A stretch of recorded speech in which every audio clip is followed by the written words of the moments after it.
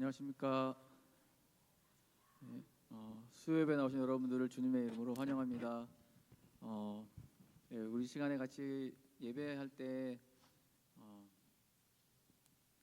네, 같이 기도하면서 예배를 시작하면 좋을 것 같습니다. 이 시간 우리 말씀 가운데 또 우리가 말씀 가운데 있을 때 하나님께서 우리의 삶을 인도하여 주시라고 우리 마음을 다해 주님을 섬기라고 오늘 말씀 가운데 얘기하는데, 우리의 삶이 정말 말씀 가운데 있는지, 주님께 마음을 다해 섬기고 있는지 한번 돌아보면 좋겠습니다. 하나님 앞에서 주님, 우리가 혹시 우리의 마음을 다하지 못했다면 하나님 우리를 시간 붙드시고 다시금 우리의 마음을 새롭게 하시고 이 시간 우리를 다시금 정결케 하여 주십시오. 하나님, 그래서 우리가 더욱더 주 앞에 온전한 마음으로 나갈 수 있게 해주십시오. 하나님, 오늘 드리는 예배가 하나님 앞에 온전하게 드리는 예배가 되게 해주십시오. 같이 우리 기도하면서 오늘 예배를 시작하면 좋겠습니다. 다 같이 기도하시겠습니다.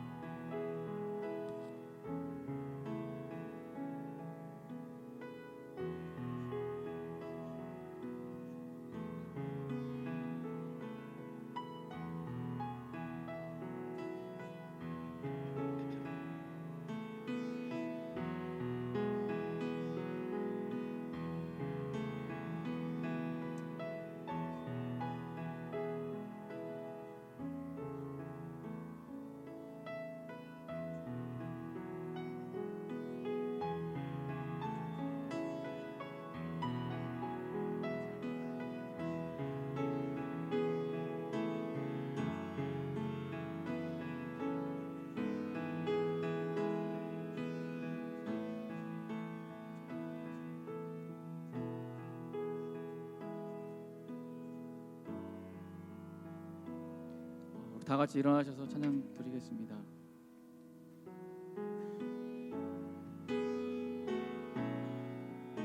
나의 마음을 정금과 같이.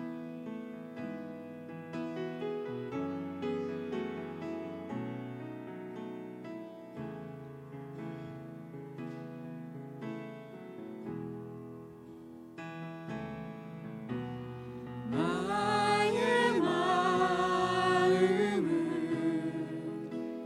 정금과 같이 정결케 하소서. 나의 마음을 정금과 같이 하소서. 내 영혼에 한 소망 있으니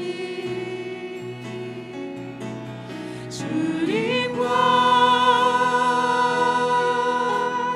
같이 거룩하게 하소서. 나의 삶을 드리니 거룩하게 하소서. 주님, 나를 받으소서.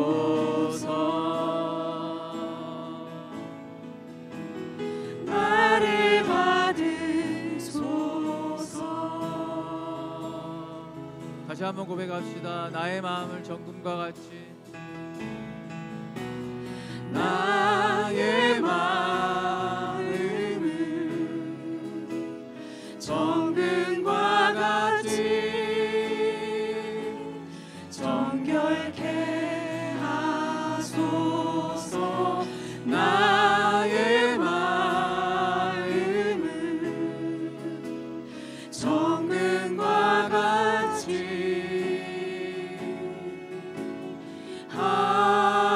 하소서.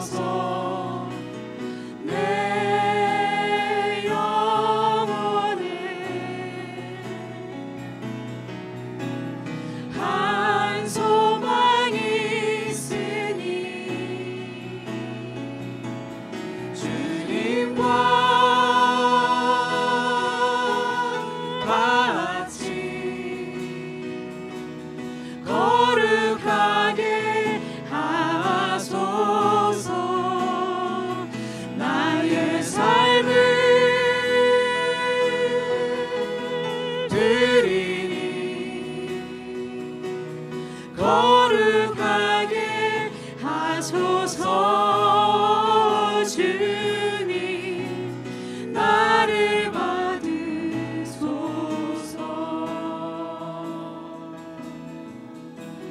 나를 받으소서. 다시 한번 고백합시다. 내 영혼에 한 소망이 있으니 내 영혼에 한 소망이 있으니 주님과 같이 주님과 같이 거룩하게 하소서. 거룩하게 하소서. 나의 삶을 드리니 거룩하게 하소서. 주님 나를 받으소서.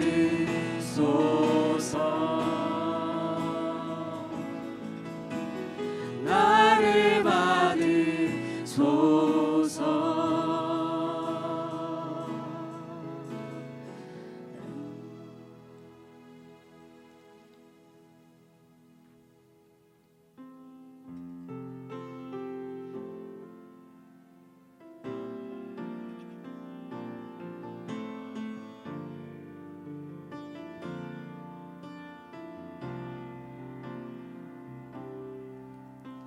주님과 함께하는 이 고요한 시간, 주님의 보좌 앞에 내 마음을 쏟네. 모든 것 아시는 주님께 감출 것 없는 내 맘과 정성 다해 주 바라나이다. 나 염려하지 않아도 나 염려하지 않아도 내 쓸 것 아시니 나 오직 주의 얼굴 구하게 하소서. 다 이해할 수 없을 때라도 감사하며 날마다 순종하며 주 따르오리다. 온 마음 다해 온 마음 다해 사랑합니다. 온 마음 다해 주 알기 원하는 내 모든 삶 당신 것이니 주만 섬기리. 온 마음 다해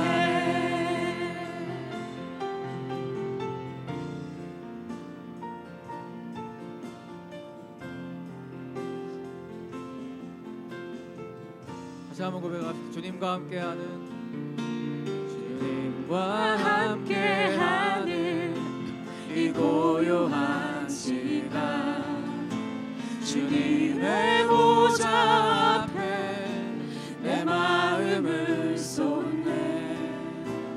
모든 것 아시는 주님께 감출 것 없네. 내 맘과 정성 다해 주 바라나이다.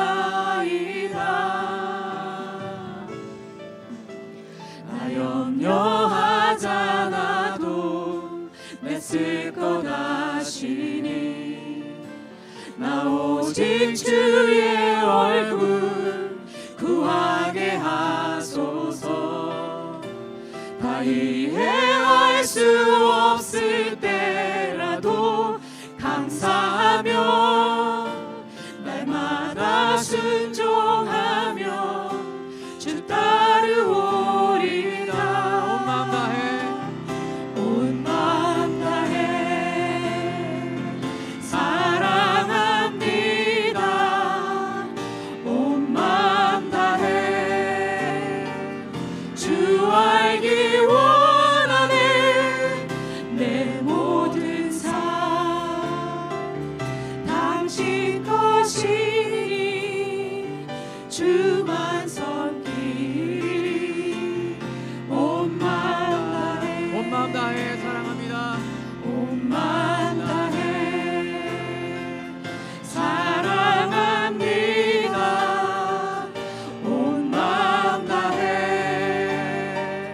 주 알기 원하네 내 모든 삶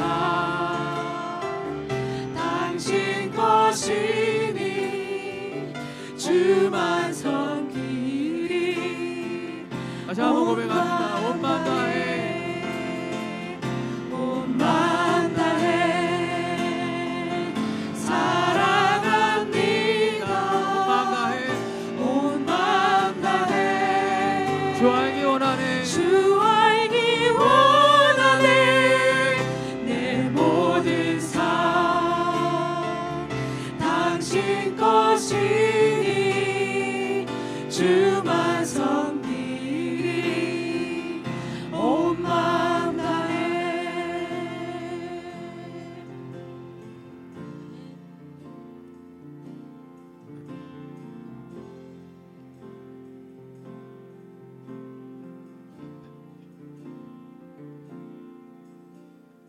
내 구주 예수를 더욱 사랑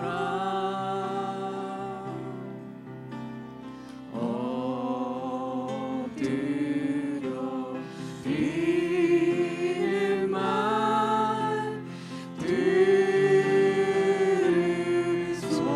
들으소서 내 진정 소원이 내 구주 예수를 더욱 사랑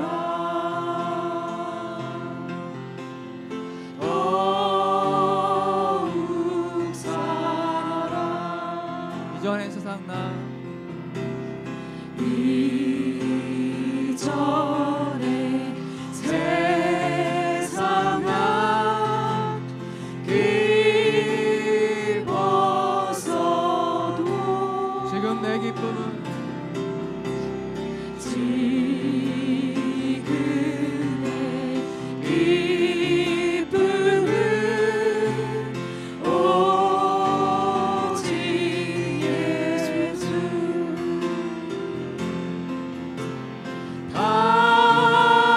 다만 내 드리는 말 내 구주 예수를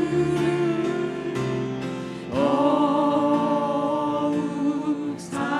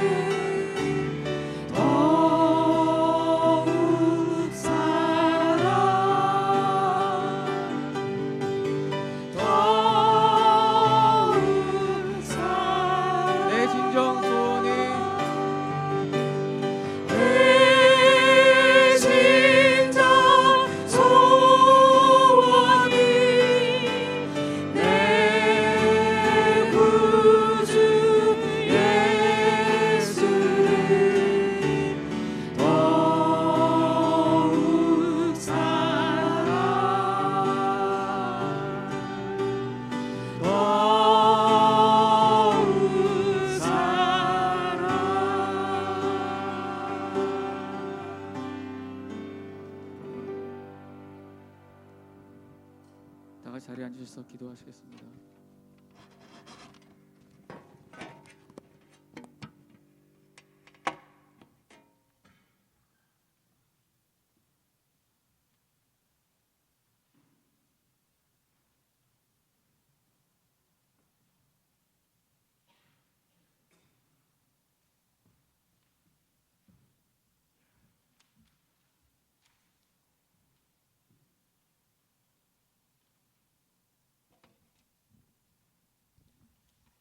기도하시겠습니다. 사랑의 하나님 감사드립니다. 우리를 자녀로 삼아 주셔서 오늘도 이 예배의 자리로 인도해 주시고 주님의 말씀과 성령으로 부어 주셔서 우리가 하나님의 자녀임을 확신시켜 주시니 또한 감사합니다.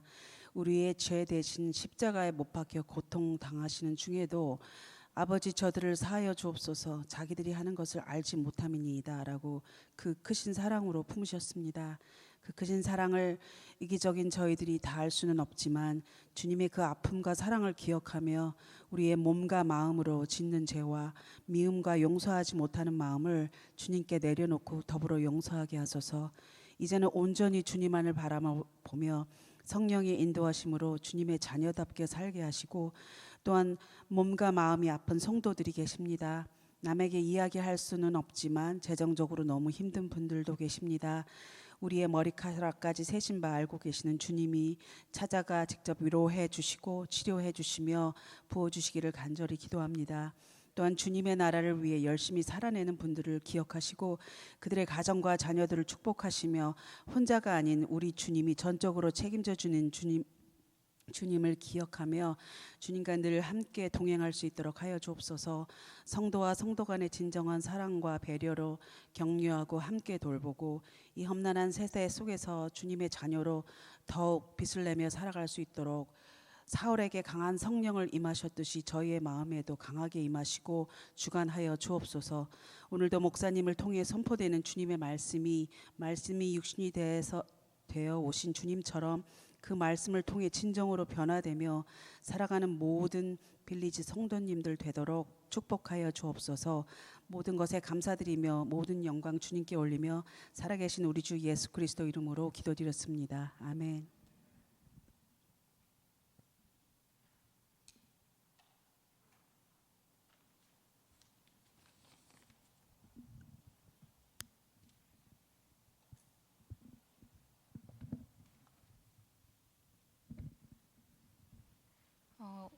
성경 봉독 오늘은 사무엘상 12장 1절로 25절 말씀입니다. 말씀을 함께 교독하시겠습니다. 1절. 사무엘이 온 이스라엘 백성에게 말하였다. 나는 당신들이 나에게 요청한 것을 다 들어주어서 백성을 다스릴 왕을 세웠습니다.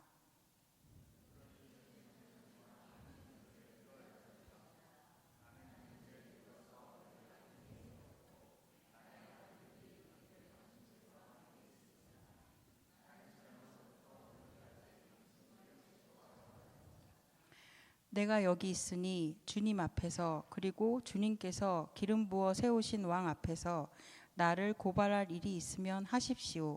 내가 누구의 소를 빼앗은 일이 있습니까? 내가 누구의 나귀를 빼앗은 일이 있습니까? 내가 누구를 속인 일이 있습니까? 누구를 억압한 일이 있습니까? 내가 누구한테서 뇌물을 받고 눈 감아 준 일이 있습니까? 그런 일이 있다면 나를 고발하십시오. 내가 당신들에게 갚겠습니다.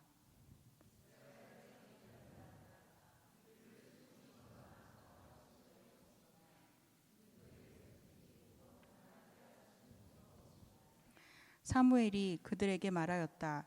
당신들이 나에게서 아무런 잘못도 찾지 못한 것에 대하여 오늘 주님께서 증인이 되셨고 주님께서 기름 부어 세우신 왕도 증인이 되셨습니다. 그러자 온 백성이 그렇습니다. 주님께서 우리의 증인이 되셨습니다. 하고 대답하였다.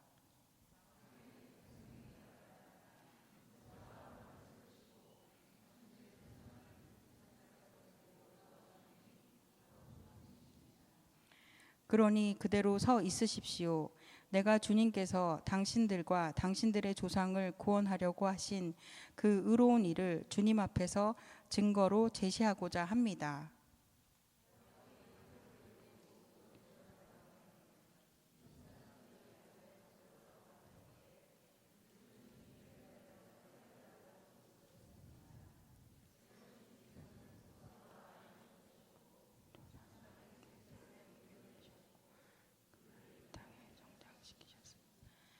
그런데도 백성은 주 그들의 하나님을 잊어버리고 말았습니다. 그래서 주님께서는 조상들을 블레셋 사람과 모압 왕과 하솔 왕 야빈의 군사령관인 시스라에게 넘기시고 우리 조상들을 쳐서 정복하게 하셨습니다.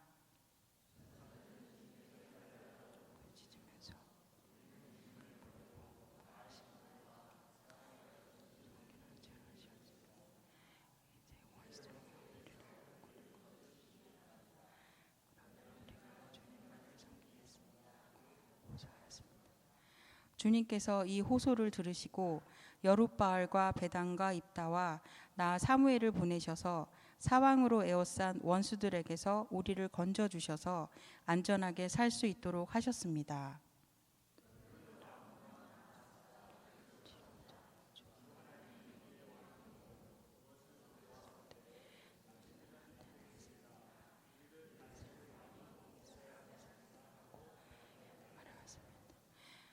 이제 당신들이 뽑은 왕, 당신들이 요구한 왕이 여기 있습니다.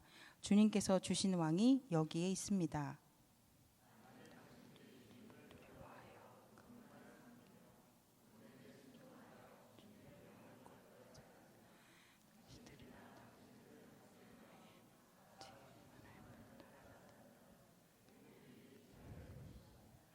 그러나 주님께 순종하지 않고 주님의 명령을 거역한다면 주님께서 손을 들어 조상들을 치신 것처럼 당신들을 쳐서 멸망시키실 것입니다.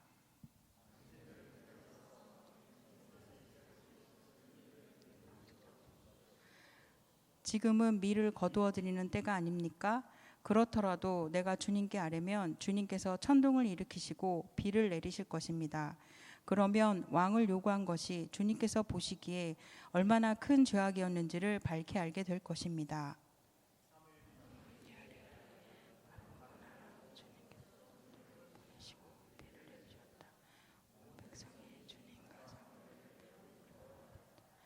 모든 백성이 사무엘에게 간청하였다.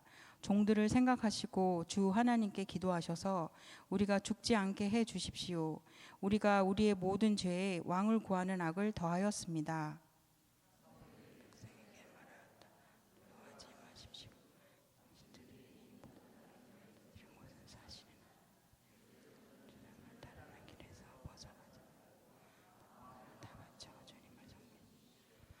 도움을 주지도 못하고 구원하지도 못하는 쓸데없는 우상에게 반하여 그것을 따르는 일이 없도록 하십시오.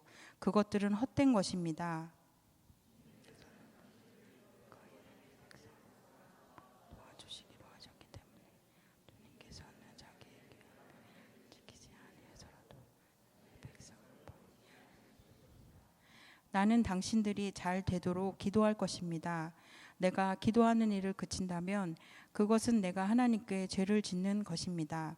그런 일은 없을 것입니다. 오히려 나는 당신들이 가장 선하고 가장 바른 길로 가도록 가르치겠습니다.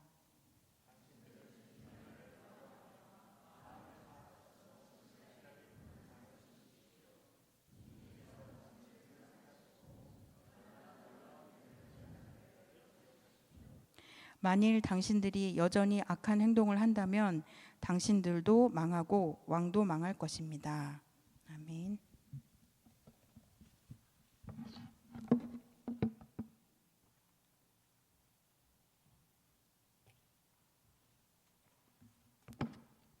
예, 감사합니다. 굉장히 긴 말씀인데 이게 좀 짧군요.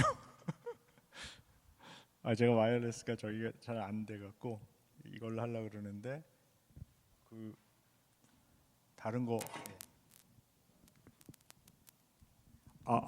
예, 감사합니다. 이게 짧은데 어떻게 읽으셨어요? 예, 저희가 계속해서 사무엘상을 함께 묵상하고 있습니다. 오늘 이렇게 쭉 다 읽은 사무엘상 12장은 이 사무엘상 이야기 전체에서 어떤 그 축 같은 역할을 하는 그런 아주 중요한 장입니다. 이 사무엘을 통해서 하나님께서 이 왕을 요구한 이스라엘에 대해서 어떻게 생각하시는지 그리고 왕을 허락하신 하나님이 그의 백성에게 무엇을 요구하는지가 잘 나와 있습니다. 그래서 전체적으로 보면 이제 사무엘이 고별사 같은 그런 이제 이 권면을 이렇게 하고 이제 사울에게 리더십을 이제 완전히 이렇게 넘겨주는 그런 형식을 취하고 있습니다. 그래서 사무엘은 자기가 했던 그 사역, 그 리더십을 했던 것, 그리고 또 하나님께서 이 이스라엘 백성을 어떻게 인도하셨는지, 또 하나님의 어떤 리더십에 대한 그런 리뷰를 지금 여기서 하고 있습니다. 이 하나님께서 이스라엘을 이집트에서 구출해 내셔서 언약을 맺으면서 시작하신 프로젝트가 있습니다. 이스라엘을 아주 특별한 나라로 삼으셔서 그냥 이 노예 생활하던 이 사람들을 그냥 구출해내서 이제부터 그냥 자유롭게 살아라 이런 스토리가 아니고 이집트에서 노예 생활하던 아주 밑바닥까지 내려갔던 이 사람들을 구출해내서 시내산 기슭에서 그 언약식을 하고 그래서 이 이스라엘 백성을 아주 특별한 민족으로 하나님께서 선택하신 것이 이제 드러나게 되었습니다. 그때 하나님께서 말씀하신 것이 이스라엘은 이제 제사장 나라가 될 것이다. 이렇게 그러니까 어떤 한 사람을 제사장으로 만드는 것이 아니라 나라 전체를 이 민족을 제사장 나라가 되게 해서 하나님과 모든 다른 나라들을 중재하게끔 하면서 그 하나님의 구원이 그들에게까지 미치도록 하는 전파되도록 하는 그런 목적을 가지고 있었습니다. 이제 그렇게 되기 위해서 이 이스라엘이라는 나라가 아주 특별한 나라, 그러니까 다른 나라들과는 다른 구별된 나라가 되어야 했는데 그것을 제가 지난주에도 말씀을 드렸지만 이제 거룩이라는 개념으로 이야기합니다. 그래서 이 거룩이라는 개념이 우리가 이제 제가 여러 번 말씀을 드렸지만 어떤 이 거룩이라는 말 자체가 굉장히 유교 이 사상에서 굉장히 중요한 말이거든요. 그래서 자꾸 이제 유교적으로 생각하는 걸 이제 버려야 합니다. 그래서 이 거룩이라는 말 뜻 자체가 그냥 아주 그 축소해서 말씀을 드리면 기본적으로 다르다라는 뜻이 있기 때문에 좀 고상하게는 구별된 그런 나라가 되게 하셨습니다. 그것이 하나님의 목적이었는데 그런데 이들이 그 왕을 요구하는 과정에서 사용한 그 아주 중요한 문구가 있었는데 그것은 바로 우리도 다른 모든 나라들과 같이 왕을 주십시오. 이렇게 한 겁니다. 그러니까 그 하나님께서 원래 이집트에서 구출해 내서 이 사람들을 구별된 특별한 나라로 만들게 하려는 그 목적과 정반대되는 생각을 가지게 된 거죠. 우리도 그냥 다른 나라들 같이 되고 싶다. 그들은 왕이 있어서 왕의 그 리더십 하에서 뭐 전쟁도 잘 치르고 뭐 이러는 것 같은데 우리도 좀 그런 사람을 허락해 주십시오. 이렇게 얘기했는데 하나님께서는 탐탁지 않게 여긴 것을 분명하게 우리가 알 수가 있습니다. 그러나 끝내 하나님께서는 그 요청을 받아들여서 이 사울을 허락했습니다. 그래서 이제 사울이 선택되고 사울이 왕으로 세워지는 과정, 그런 이야기도 우리가 쭉 읽었습니다. 자, 이들이 왕을 가졌다고 해서 하나님께서 원래 가졌던 그 이스라엘을 언약 백성으로 삼아서 제사장 나라로 삼겠다는 그 목적 자체가 달라진 것은 하나도 없습니다. 그러므로 왕으로 선택된 사울의 역할이 중요했습니다. 이 사무엘상 이 스토리에 이렇게 쭉 보면은 그 사무엘이 사울을 개인적으로 좋아했다, 싫어했다 이런 것은 사실 문제가 아니고요. 또 사울이 아주 키가 크고 잘생기고 훌륭한 사람, 다른 사람들 머리 하나 위로 올라갈 정도로 키 크고 이런 것에 대해서 그런 게 중요한 것이 절대 아니라는 것입니다. 인간들은 여기 이 사무엘상의 이야기에 나오는 인간들은 또 그런 걸 중요하게 봤지만 또 우리도 중요하게 보는 경향들이 좀 있죠. 그러나 이 사무엘상에서 쭉 전개되는 이야기의 핵심은 사울이 왕으로서 이스라엘이 언약 백성이라는 특별한 프로젝트 국가인데 그것을 어떻게 이끌어야 하는가, 어떻게 잘 이끌 수 있는가 하는 점입니다. 자, 그래서 1절부터 5절 처음 부분을 보겠습니다. 이제 12장이 시작되면서 사무엘이 온 이스라엘에게 고하죠. 자기는 이제 늙었고 물러날 때가 되어서 이제 고별사를 이제 하게 되는 건데요. 그는 자기가 이스라엘의 지도자로서 어떻게 그들을 이끌었는지 묻습니다. 이제 3절에 보시면 이 주님 앞과 당신들이 요구해서 하나님께서 그 기름 부으신 그 왕, 사울이라는 말은 하지 않지만 그 왕 앞에서 이제 묻습니다. 내가 불의를 저지른 일이 있느냐고 묻는데요. 이 사무엘 개인의 어떤 리더십에 대한 질문이 아니라 하나님께서 세우신 사사로서 그런 종류의 리더십에 관한 질문입니다. 그런데 이 사무엘이 묻는 것을 보면 굉장히 흥미로운 점이 하나가 있는데요. 우리가 생각하기에 사무엘은 굉장히 어떤 그 영적인 지도자 같은 생각을 가지고 있지 않습니까? 그런데 이 사무엘이 묻는 질문의 내용을 보십시오. 전부 다 경제적인 정의에 관한 것입니다. 소, 나귀를 빼앗은 일이 있었는지, 속인 일이 있었는지, 누구를 억압한 일이 있었는지 묻습니다. 뇌물을 받고 눈 감아 준 일이 있었는지. 이 이스라엘 백성은 그런 적이 없었다고 확인을 하는데 이 사무엘의 리더십은 분명히 어떤 영적인 리더십이었거든요. 그러나 여기서 분명하게 밝혀지는 것은 이 영적인 리더십과 경제적인 정의가 분리되어 있지 않다는 것입니다. 따라서 앞으로 이스라엘을 이끌 사울의 리더십도 영적인 것과 경제적인 것, 더 나아가서 군사적인 것, 이런 모든 것들이 분리되어 있지 않고 같이 있다는 것. 그러니까 우리가 이제 성경 이야기를 읽으면서 이게 빠지기 쉬운 함정은 이원론적으로 읽는 거죠. 영적인 것과 또 그 세속적인 것 이렇게 나누어서 읽는 거, 뭐 영혼과 몸이 분리돼서 이렇게 읽는 거, 이런 거를 이 사무엘상 이야기에서 분명히 배격합니다.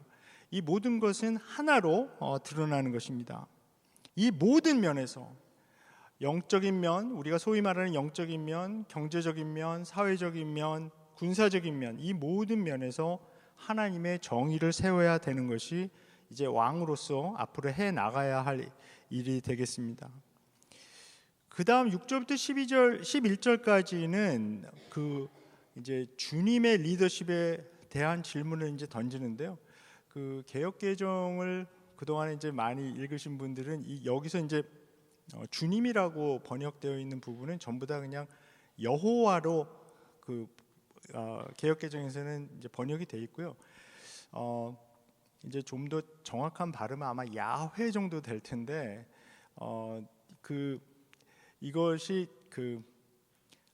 이 자음만 남아 있기 때문에 사실 그 정확한 발음을 알기가 사실 힘듭니다. 그래서 이제 현대적으로 이제 최근에 나온 그 번역들은 영어로는 Lord, L-O-R-D에서 이렇게 대문자로 표시를 하고, 우리 그 새번역 같은 이제 근래에 번역된 그 번역들은 이제 주님으로 이제 통일이 되어 있습니다. 그것을 염두에 두시고요. 보시면 되겠습니다. 그래서 보통 여호와 하나님 아니면 그냥 주님의 리더십에 대한 질문을 사무엘이 던지는데, 이 이스라엘의 역사를 이제 간략하게 리뷰를 하면서 하나님께서 그들을 구원하신 의로운 일들에 대한 증거를 제시합니다. 근데 사실 우리말로는 그들을 구원하신 의로운 일들이라고 이렇게 좀 풀어서 번역을 했지만 사실 이것은 그냥 아주 간단한 문구인데요. Saving deeds. 그러니까 하나님께서 구원하신 일들에 대한 이야기를 하는 것입니다. 하나님의 은혜를 잃어버리고 큰 위기에 빠진 백성들이 살려달라고 부르짖으며 회개했을 때 하나님은 사사들, 그러니까 이 밀리터리 리더 같은 사람들이죠. 그 지도자들을 보내주셔서 다시 이제 건져 주신 일들이 이제 반복이 되었습니다. 그런데 그들이 회개했던 것의 그 내용을 우리가 좀 자세히 봐야 되는데, 그것은 뭐냐면 바알 신들과 아스다롯 여신들을 섬겼던, 그러니까 그 이제 가나안 땅에서 이제 생활을 하면서 그 주위에서 섬기던 다른 신들, 이게 여기 나오는 것은 분명하게 바알 신이라고 나와 있잖아요. 바알 신들이라고 복수로 나와 있잖아요. 그러니까 여러 그 이제 바알이라는 개념은 하늘의 신, 그 디티를 의미하는 것이고, 아스타롯은 이 땅에 보통 아세라라고도 번역이 되는데요.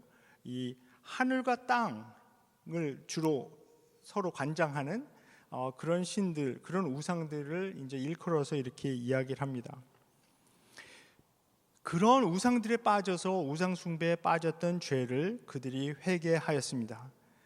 하나님께서는 그들의 회개를 이제 받아들이셔서 사무엘을 포함한 사사들을 보내주어서 구해주는 일이 반복되었다는 것입니다.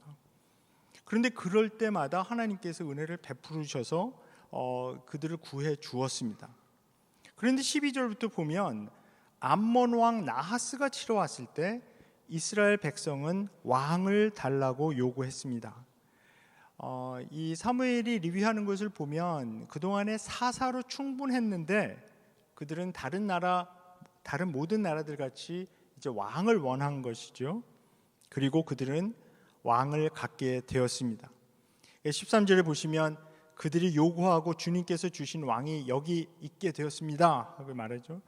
이제 14절부터 권면이 시작되는데, 그렇게 바랬던 왕을 받았으니 이제부터 어떻게 할 것인가. 14절과 15절은 제가 한번 읽어보겠습니다. 만일 당신들이 주님을 두려워하여 그분만을 섬기며 그분에게 순종하여 주님의 명령을 거역하지 않으며 당신들이나 당신들을 다스리는 왕이 다 같이 주 하나님을 따라 산다면 모든 일이 잘 될 것입니다. 그러나 주님께 순종하지 않고 주님의 명령을 거역한다면 주님께서 손을 들어 조상들을 치신 것처럼 당신들을 쳐서 멸망시킬 것입니다. 그러니까 주님을 두려워하고 이제 주님을 섬기고 그랬는데, 여기서 섬긴다라고 번역된 말은 예배한다는 말과 사실 동의어거든요.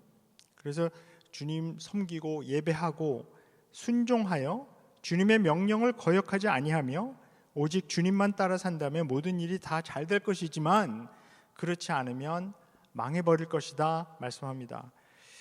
그런데 여기서 중요하게 봐야 될 것은 당신들 플러스 당신들을 다스리는 왕, 이게 함께 포함이 되어 있다는 것이죠. 이것은 왕을 달라고 요구한 이스라엘 백성의 책임, 그리고 그래서 이제 왕으로 세워진 그 사울의 책임이 한꺼번에 묶여 있다는 것을 보여주는 것입니다. 언약 백성으로서 그들은 주님이 허락하신 왕과 함께 그 언약에 신실하게 살아야 합니다. 그렇지 않으면 이제 신명기 28장에 아주 길게 아주 세세하게 말씀해 주신 것처럼 복 대신 저주를 받게 될 것이다 이렇게 말씀합니다. 이것은 사무엘상의 이야기, 이때까지 이야기, 그리고 앞으로 이제 전개될 몇 장에 걸쳐서 나오는 이야기가 이 사울이라는 사람에 대한 어떤 평가를 위해서 쓰여진 것이 아니라는 점을 이제 분명히 합니다. 언약 백성으로서 이스라엘이 이제 그들이 요구해서 세워진 이 왕과 함께 어떻게 그 언약을 지키며 살아나가야 할 것인가, 그리고 하나님께서 그 언약 백성으로서 이 특별한 민족으로 삼아서 이 제사장 나라로서 거룩한 나라로서 어떻게 살아나가야 할 것인가, 여기 분명히 이제 나와 있습니다. 그리고 나서 이 사무엘의 권면을 이 표징에 의해서 강조하고 확인하는 장면이 나오는데요. 이때가 이제 비가 내리지 않는 밀을 수확하는 때였지만 사무엘이 주님께 아뢰고 그리고 천둥과 함께 갑자기 비가 내렸습니다. 그 당시에 이제 이 수확기였기 때문에 큰 비가 내리게 되면 이 수확하고 있었던 밀이 부서지기 때문에 이 온 백성이 하나님과 사무엘을 매우 두려워했다라고 기록되고 있습니다. 그런데 이 이야기는 출애굽기에서 있었던 사건의 결과와 굉장히 흡사한데요. 출애굽기 14장 31절에 이렇게 말씀합니다. 이스라엘은 이집트를 치신 주님의 크신 권능을 보고 주님을 두려워하고 주님과 주님의 종 모세를 믿었다. 이제 사무엘도 같은 역할을 하게 되는 것을 우리가 보게 되겠죠.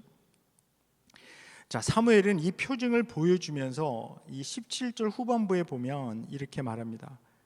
그러면 왕을 요구한 것이 주님께서 보시기에 얼마나 큰 죄악이었는지를 밝히 알게 될 것입니다. 사무엘이 분명하게 밝히는 것은 왕을 갖는 것 자체가 이 문제가 아니라 다른 모든 나라들과 같이 될 수 있게 왕을 달라고 한 죄입니다. 그러니까 이 이스라엘 백성이 자기들이 받은 그 시내산의 기슭에서 맺었던 그 언약의 중요한 내용, 다른 나라들과 달라져야 하는 거룩해지는 나라로서의 자기들의 그 정체성을 잊어버리고 그냥 다른 나라들과 자꾸 비교하면서 다른 나라들 같이 주위를 돌아보니까 굉장히 왕권을 가지고 막 지도자가 나와서 잘하는 것 같으니까 그렇게 같이 되고 싶은 마음, 그것에 대해서 하나님께서 보시기에 그게 얼마나 큰 죄악인지 이제 알게 될 것이다 말씀하는 것입니다. 이미 하나님은 그들이 왕을 요구할 때요, 그 사무엘을 거부한 것이 아니라 나 하나님을 거부한 것이라고 말씀했습니다. 그들의 죄는 하나님을 의지하지 않고 아무것도 아닌 헛된 것을 구한 죄입니다. 그래서 이제 19절부터 보시게 되면 이 두려움에 휩싸인 백성들이 회개하기 시작하는데요. 이 19절에 보면 모든 백성이 사무엘에게 간청합니다. 그들은 우리가 우리의 모든 죄에 왕을 구하는 악을 더했다고 회개합니다. 그러면서 사무엘에게 계속 그들을 위해 기도해 달라고 간청하게 됩니다. 그런데 우리 19절을 좀 자세하게 볼 필요가 있는데요. 이 세번역보다 개역 개정이 이제 직역을 했기 때문에 좀 더 원문에 가깝게 했습니다. 그래서 이렇게 말합니다. 모든 백성이 사무엘에게 이르되 당신의 종들을 위하여 당신의 하나님 여호와께 기도하여 우리가 죽지 않게 하소서. 그러니까 pray to the Lord your God 이렇게 얘기하거든요. 그러니까 이들이 두려움에 빠진 나머지 하나님을 우리의 하나님으로 부르지도 못합니다. 그런데 사무엘상 7장 8절에 보게 되면 이 사무엘에게 자기들을 위해서 기도해 달라고 간청할 때가 있었거든요. 거기를 보시면 그들이 이렇게 말합니다. 이스라엘 자손이 사무엘에게 이르되 당신은 우리를 위하여 우리 하나님 여호와께 쉬지 말고 부르짖어 우리를 블레셋 사람들의 손에서 구원하시게 하소서 하니, 그러니까 원래는 우리 하나님 여호와께라고 부르던 이 백성이 너무 두려움에 빠지고 이제는 양심적으로 그렇게 부르지도 못하는 그런 상태인 것 같아요. 그래서 당신의 하나님 여호와께 이런 표현을 이제 사용하면서 사무엘에게 계속 기도해 달라고 요청을 하게 됩니다. 이제 사무엘은 그들에게 마지막으로 권면하게 됩니다. 두려워하지 말라, 두려워하지 마십시오. 하나님께서는 과거의 일은 그들의 회개함으로 이제 묻어두시고 앞으로 어떻게 살 것인지에 대해서 말씀합니다. 그래서 그들이 그 모든 죄악을 저지른 것은 사실이나 20절에 보시면 이제부터는 하고 말합니다. 이제부터는 굉장히 중요한 말씀이죠. 이제부터는 주님을 따르는 길에서 벗어나지 말고 마음을 다 바쳐 주님을 섬기십시오. 제가 이미 말씀드렸듯이 여기서 섬긴다고 하는 이 동사는 예배한다라는 그 말로 번역될 수 있는 동사죠. 그러니까 그들은 마음을 다 바쳐 주님을 예배해야 합니다.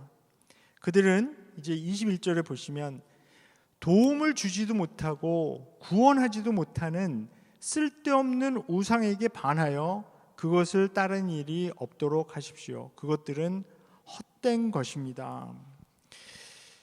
구원할 수도 없고 아무 도움도 되지 못하는 우상에게 빠져서 그 우상을 따라가는, 그 우상을 의지하는 삶을 사는 것은 이제 바보 같은 것이죠. 그런데 너무나 흥미롭게도 여기서 사실 이제 세번역에서 이제 풀어서 말씀을 했는데요. 사실 이 쓸데없는 우상이라고 하는 문구는 사실 이제 한 단어입니다. 근데 그 단어는 헛된 것이라는 뜻이거든요. 헛된 것.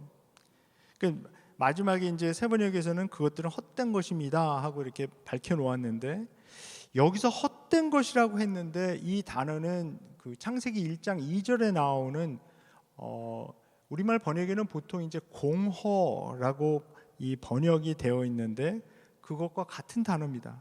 그러니까 공허한 것, 헛된 것이라는 것이죠. 그러니까 땅이 혼돈하고 공허할 때 이 하나님의 영이 이렇게 브루딩 오버 하다가 하나님께서 이제 창조하신 건데요. 하나님을 따르지 않는 삶은 혼돈하고 공허한 것을 따라가는, 그러니까 헛된 것을 따라가는 삶이라는 것을 여기서 밝히고 있습니다. 이스라엘이 살아남으려면 하나님 중심으로 사는 삶을 유지해야 합니다. 그런데 여기서 중요하게 20절과 21절에서 반복해서 등장하는 명령이 있는데요. 그 영어로 말씀을 드리면 do not turn aside. do not turn aside. 돌아서지 말라. 돌아서지 말라. 그러니까 주님을 따르는 데에서 돌아서지 말라. 그러니까 이게 배신을 하는 그런 것으로 생각할 수도 있고, 아니면 가던 길을 돌이켜서 다른 길로 가는 것이죠. 벗어나지 말라. 돌아서지 말라. 주님을 섬기고 예배하는 길로 쭉 신실하게 가는 것을 여기서 말씀하고 있습니다.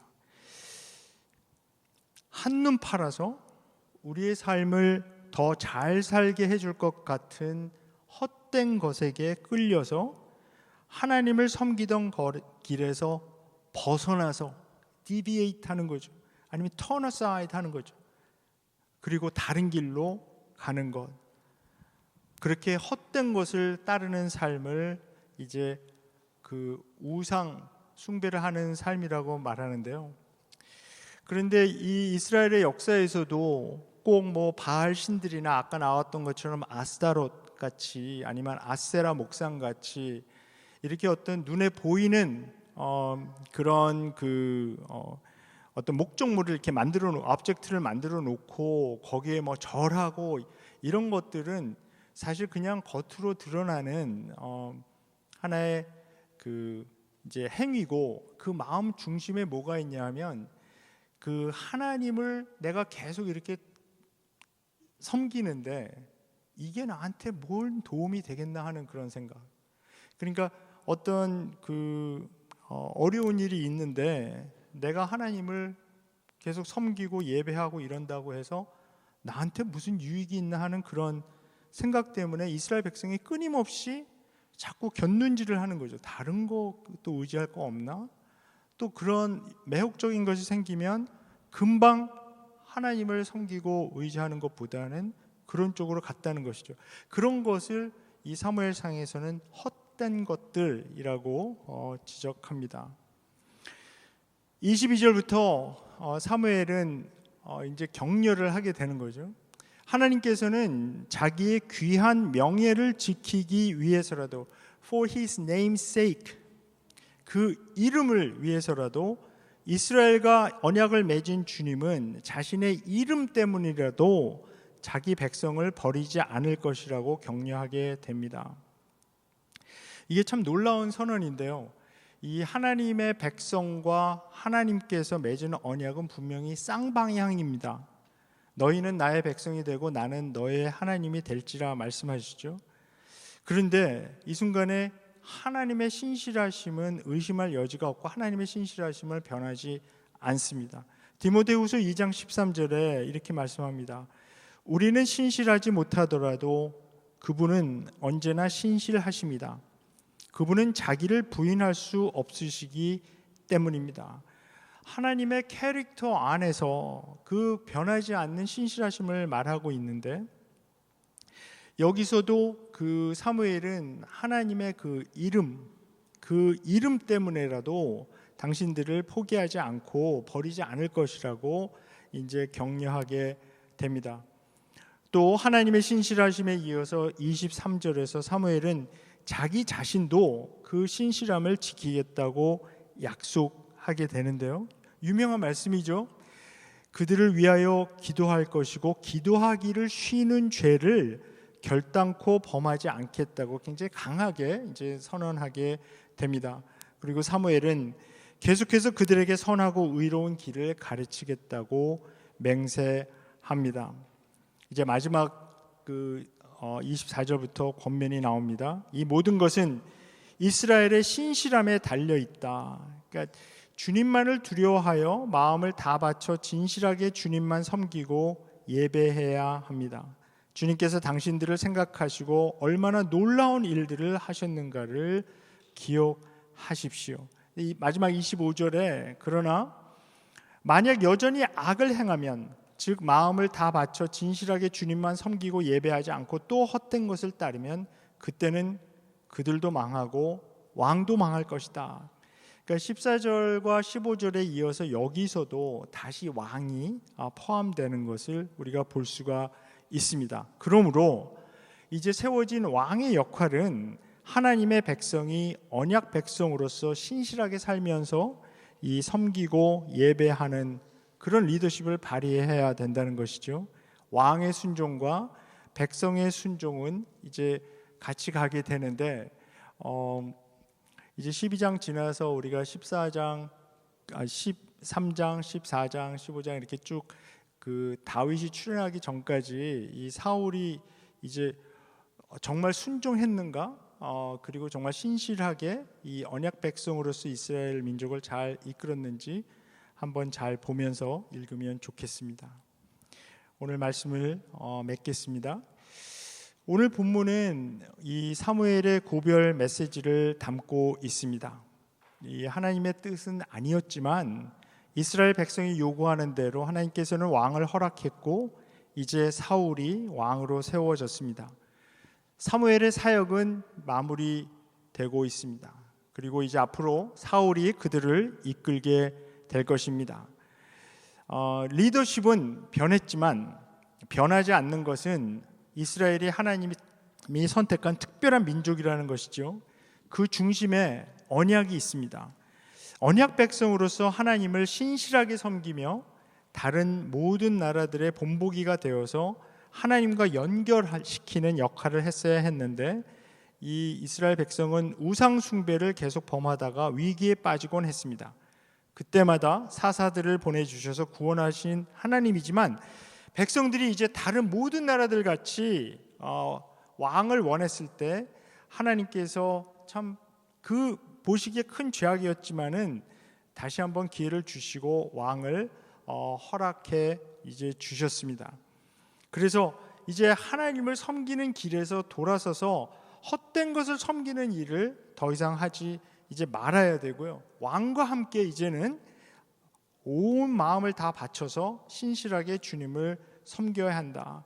그러면 하나님께서는 그들을 계속 도와주시고 구원해 주실 것이다. 그렇지 않으면 그들과 함께 그들이 요구한 왕도 함께 망할 것이다.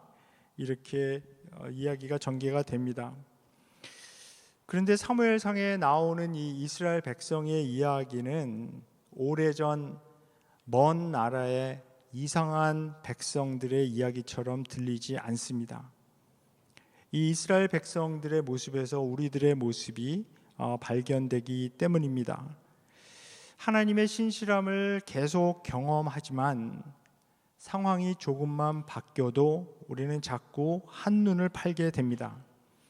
깨닫지도 못하는 사이에 하나님을 신뢰하는 대신 헛된 것들에 마음을 빼앗기곤 합니다. 이제 그러다가 큰 어려움에 빠지거나 하게 되면 그때서야 다시 하나님을 찾습니다. 그래서 어쩌면 하나님께서 우리 삶의 어려움을 허락하시는 이유가 우리가 잘 깨닫지 못하니까 우리에게 깨닫게 하시려고 그렇게 하신다는 생각이 들기도 합니다. 물론 이제 많은 경우는 왜 이런 일이 일어나게 되는지 우리가 알 수 없을 때도 참 많이 있습니다. 그런데 시간이 좀 지나고 나서 되돌아보면 그때 그런 일이 있었지 하는, 그때 내 마음이 그랬지 하는 그런 깨달음이 생기곤 합니다. 이 사무엘상의 이야기를 통해서 하나님께서 계속 원하시는 것은 한눈 팔지 말고, 그러니까 벗어나지 말고 돌아서지 말고 마음을 다 바쳐 하나님께서 이끄시는 대로 신실하게 사는 것입니다. 우리의 마음을 훔쳐서 가던 길에서 돌아서게 하고 벗어나게 하여 하나님을 마음 다 바쳐 섬기지 못하게 하는 그런 것은 무엇입니까? 이 사무엘의 시대나 지금이나 사실 따지고 보면 아무 도움도 주지 못하고 구원하지 못하는 헛된 것들, 그러나 겉으로 보기에는 매혹적인 것들이 우리 주위에 너무나 많이 있습니다. 우리는 그런 것에 빠지는 것에 너무도 취약합니다.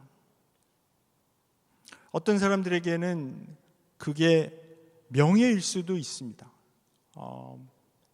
특히 우리 이민 와서 사는 사람들을 연구한 그 사회학자들이 연구한 걸 이렇게 보면 보통 이민 1세대에게 취약한 것이 이런 거라는 거죠.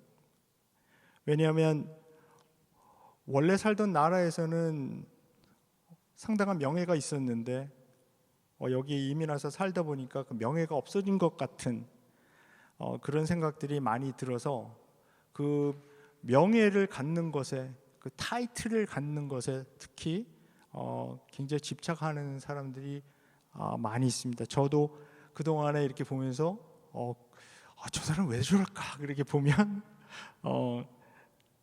그런 문제가 있습니다. 또 어떤 사람들에게는 경제적인 것일 수도 있습니다.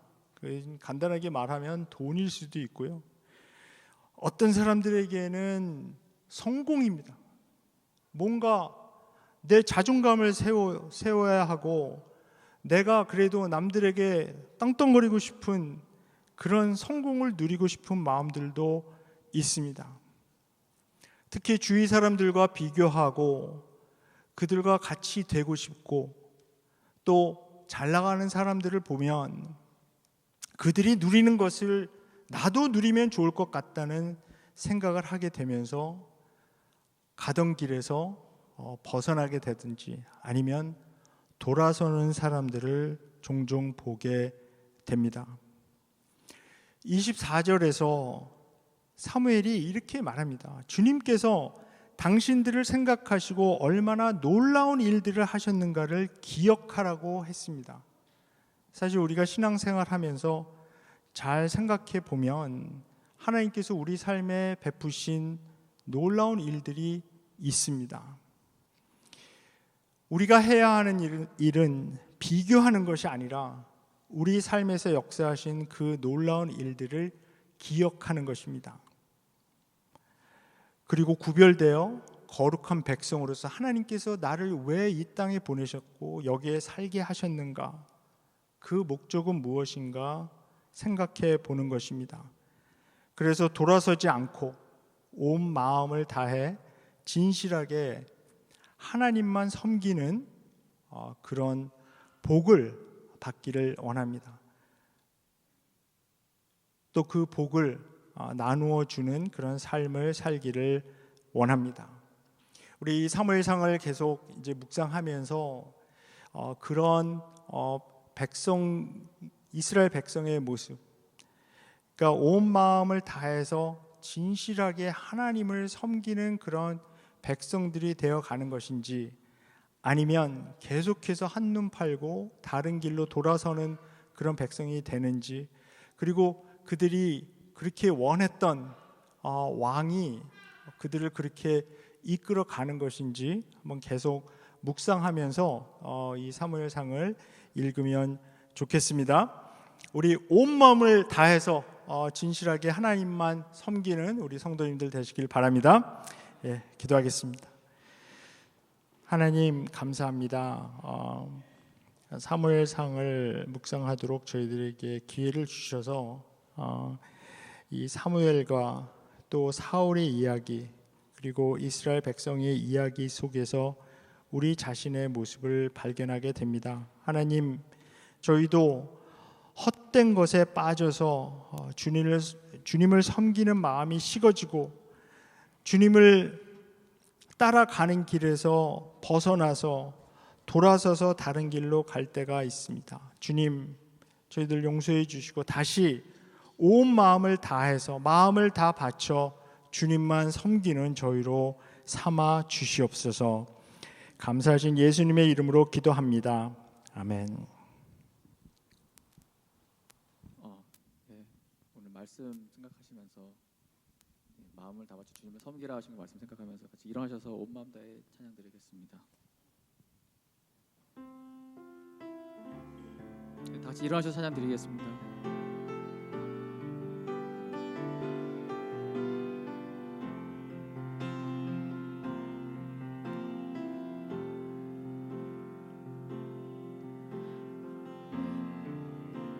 주님과 함께 함께하는 이 고요한 시간, 주님의 보좌 앞에 내 마음을 쏟네. 모든 것 아시는 주님께 감출 것 없네. 내 맘과 정성 다해 주 바라나이다.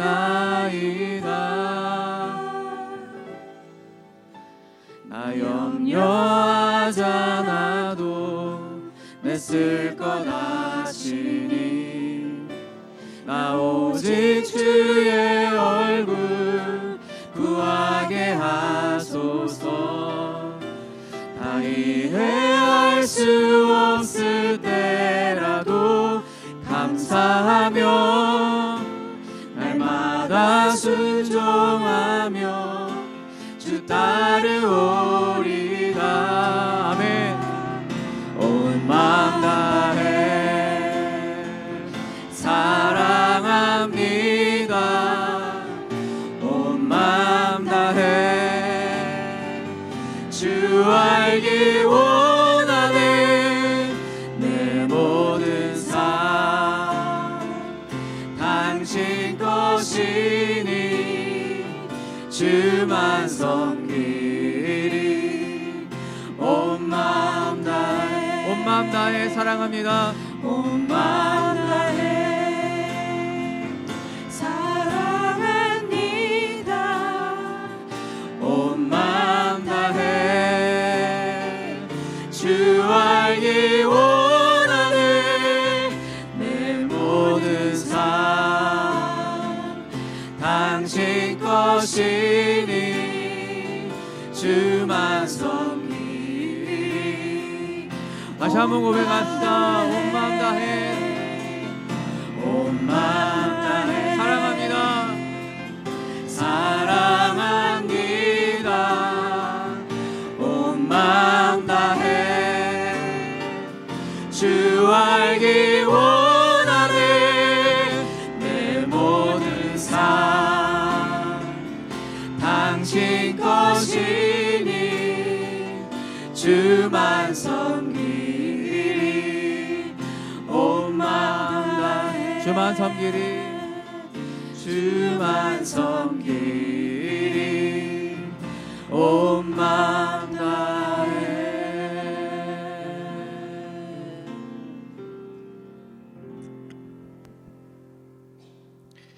이제는 우리 주 예수 그리스도의 은혜와 하나님 아버지의 사랑하심과 성령님의 교제가 이제 온 마음 다해 주님만을 섬기고 신실하게 그 길로 가기를 염원하는 우리 귀한 성도들 머리머리 위에 지금부터 영원까지 함께 하시옵기를 간절히 축원하옵나이다. 아멘.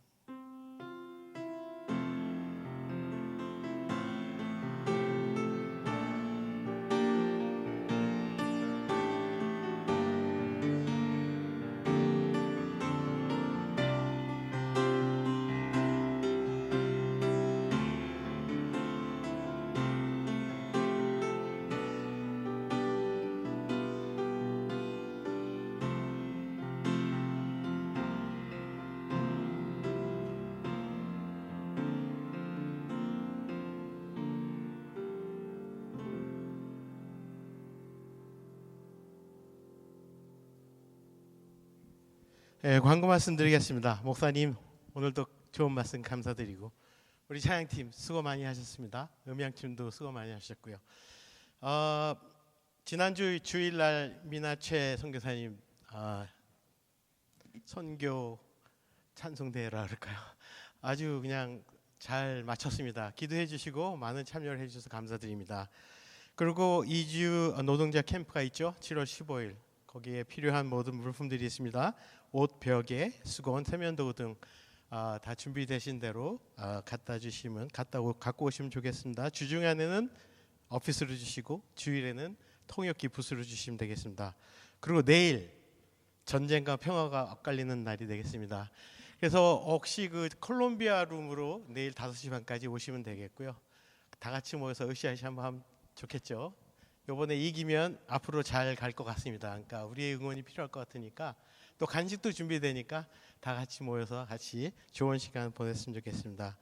그리고 다음 주 주일 날은 Father's Day로 섬기는데 우리 강원지 형제님 네 분께서 지난주 주일 날 말씀드렸던 것처럼 감사 표시로 음식을 제공하게 되겠습니다. 그래서 아버지는 한 분도 빠짐없이 참여해 주시고 어머니들은 열심히 도와주시면 감사하겠습니다.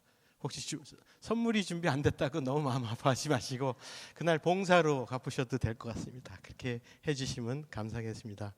그리고 토요일 날 8시부터 10시까지 우먼스 미니스트리가 있습니다. 나는 우먼이다 생각하시는 분들은 한 분도 빠짐없이 브레이퍼스트 미리에 참여하시면 감사해드리겠습니다. 또 일주일 지내시는 동안에요.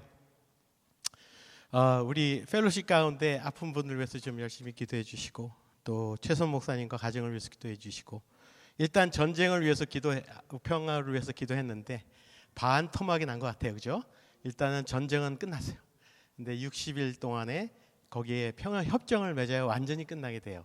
그러니까 그냥 기도 제목 가운데 하나가 응답됐다 생각했는데 앞으로 60일 동안 더 기도해야 될 것 같아요. 그러니까 평화 협정을 마치고 정리가 돼야 또 우리의 삶도 좀 이렇게 좀 나아지니까 우리 또 열심히 기도하는 한 주간 되시기를 바랍니다. 그러면 오늘 그 간식은